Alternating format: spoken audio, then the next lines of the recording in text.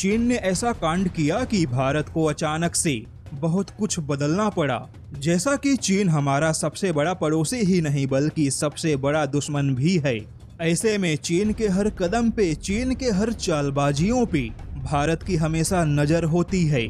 और अब इसी चीन ने रूस को लेकर कुछ ऐसे कदम आगे बढ़ाए जिसने न केवल भारत के लिए बहुत बड़ी चिंता बढ़ा दी बल्कि अचानक से भारत को बहुत कुछ अपने राजनीति में बदलना पड़ा।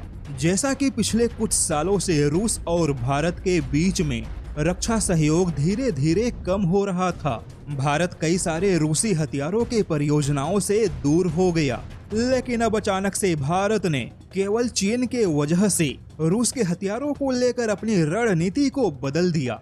दरअसल पिछले महीने व्लादिमीर पुतिन के चीन यात्रा के दौरान जो भी हुआ उसने भारत को चौंका दिया, क्योंकि पिछले महीने रूस और चीन के बीच में हथियारों के उत्पादन और सीधे सीधे रूस के डिफेंस के क्षेत्र में चीनी निवेश जैसे समझौते हुए और इन समझौतों ने भारत को हैरान किया।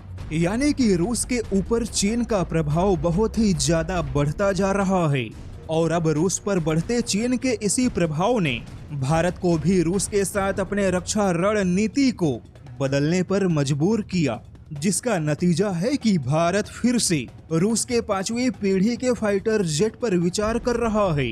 रूस और भारत के बीच में सैन्य सहयोग समझौता होगा।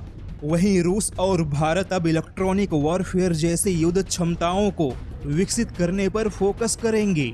यानी कि भारत अब रूस के 4+ पीढ़ी के हथियारों को डंप करके सीधे 5वीं पीढ़ी के या भविष्य के हथियारों पर जंप करेगा। और जैसा कि रूस के अंदर चीन का एक तरफा प्रभाव बढ़ते जाना यह भारत के लिए अच्छा नहीं है।